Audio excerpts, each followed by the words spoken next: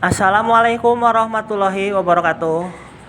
Di sini saya akan membahas rencana pembangunan reaktivasi jalur kereta api Banjar Pangandaran Cijulang. Ini edisi khusus membahas jalur kereta api Banjar Pangandaran Cijulang yang memiliki panjang sekitar 82 km.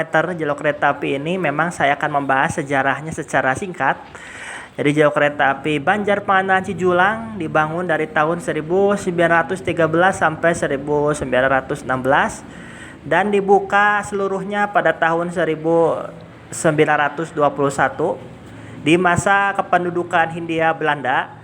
Ketika jalur kereta api Banjar Pangandaran Cijulang masih aktif, menjadi jalur kereta api yang sangat sibuk, terutama mengambil kekayaan alam yang ada di Jawa Barat Selatan, terutama di Pangandaran pada waktu itu, seperti palawija, kopra, kopi, dan lain sebagainya. Dan jalur kereta api ini ditutup pada tahun 1981 sampai 1982 karena kalah bersaing dengan moda yang lain, terus pendapatan yang tidak sebanding, terus ada faktor lain seperti gunung galunggung yang meletus dan lain sebagainya. Dan lama-kelamaan saya di sini akan membahas rencana pembangunan reaktivasi jalur kereta api di Jawa Barat, edisi jalur kereta api Banjar Pangandaran Cijulang.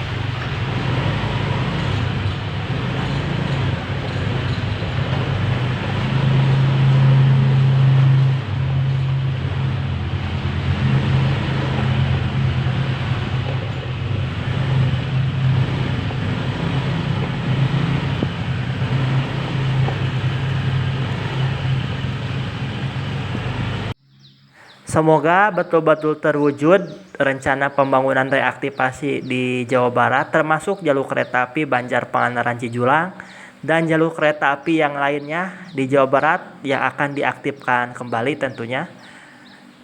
Dan saya sangat setuju bila jalur kereta api di Jawa Barat yang masih nonaktif bisa dihidupkan kembali seperti semula. Semoga terrealisasi jalur kereta api yang ada di Jawa Barat yang akan diaktifkan kembali, termasuk Banjar Pangandaran Cijulang. Jadi biaya pembangunan reaktivasi di Provinsi Jawa Barat kurang lebih sekitar 15 sampai 20 triliun.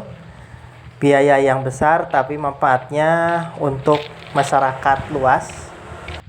Keunikan dari jalur kereta api Banjar Pangandaran Cijulang memiliki 4 terowongan, yaitu terowongan Philip yang berada di Kota Banjar, terowongan Hendrik, terowongan Juliana, terowongan Wilhelmina berada di Kalipucang, Pangandaran.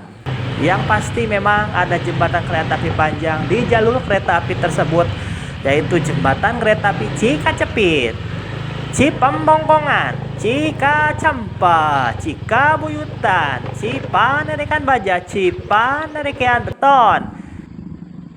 Jadi di Provinsi Jawa Barat ada 5 jalur kereta api yang akan segera diaktifkan kembali, termasuk jalur kereta api yang ditunggu-tunggu oleh kita semua, yaitu jalur kereta api dari Banjar Pangandaran hingga Cijulang yang memiliki panjang sekitar 82 km.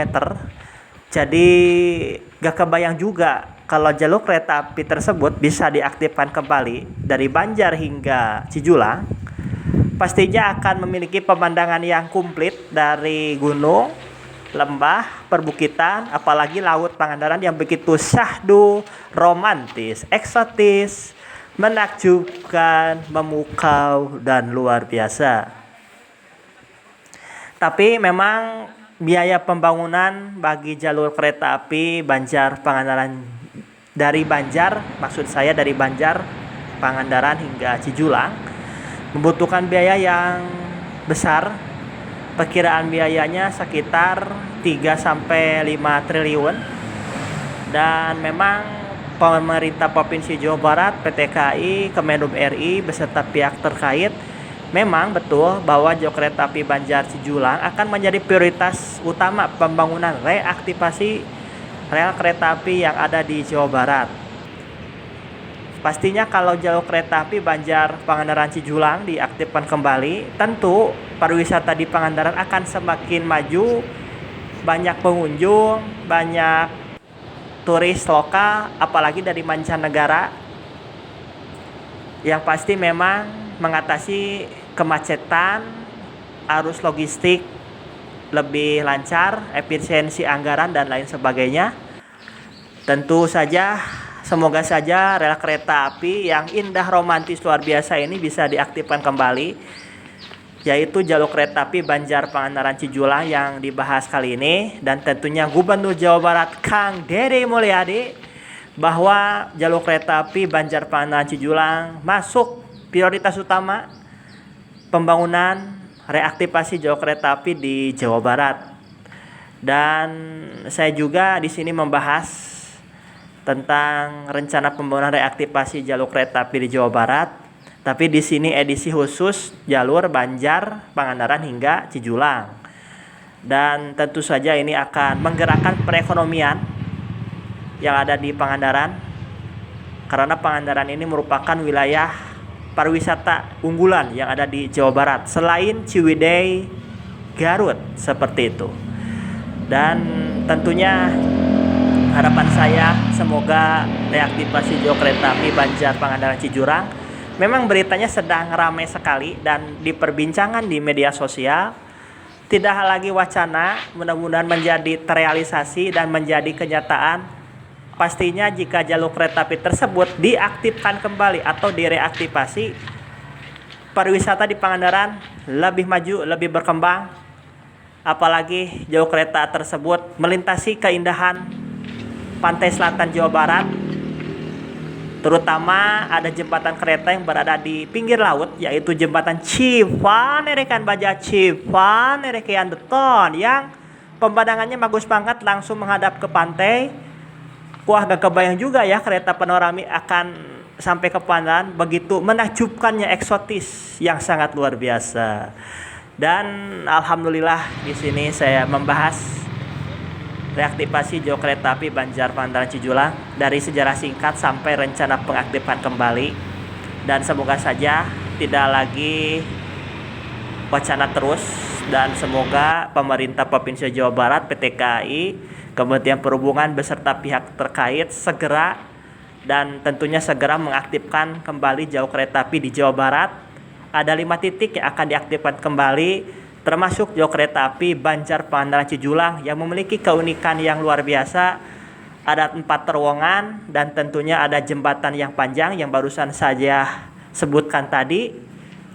Tentu ini akan menjadi ikonik Jawa Barat yang sangat luar biasa jika terrealisasi jalur kereta api dari Banjar Pangandaran hingga Cijulang yang begitu syahdu banget pemandangannya.